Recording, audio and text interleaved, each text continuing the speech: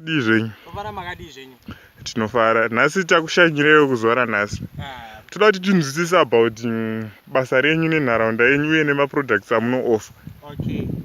Here isusu tine quarry stones, quarry sands. As you can see, we have got these many quarries. Yes, we do this, and we are doing this. We have doing this for many years. How many years? I think it's more than 65 years. More than 65? Yes, and we are excelling doing these things. We are doing this, and it's profitable. It's profitable? Yes.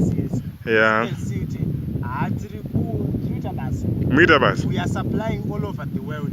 Saka mati mimi maproducts amunawo ndapi? Maproducts atinawo tine quarry stones, tine quarry sands, tine the quarry things. There are many. There are many? Yes, ndikada kutsanangurira nemuromo, it can take the whole day. The whole day? Yes. All right. As you can see, these are the good quality, and yes, you can do many as well.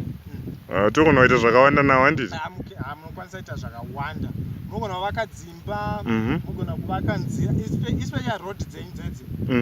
From Cape to Cairo, makwari waya. Makwari waya? Yes, makwari stones. Saka paipe ndimi maisupplya mfano wenyu wamaiti Joe. That's where we started this project. Ndipo makatangira? Tantine muono wakanyanyisa. Yes. Till today.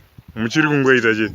And hatisi kumira. Muri kuita chete? Hatiri kuzvimhanya. Aiwa, saka muri kugona? Aiwa, hatisi kumira, kusvika tasvika, hatinosvika.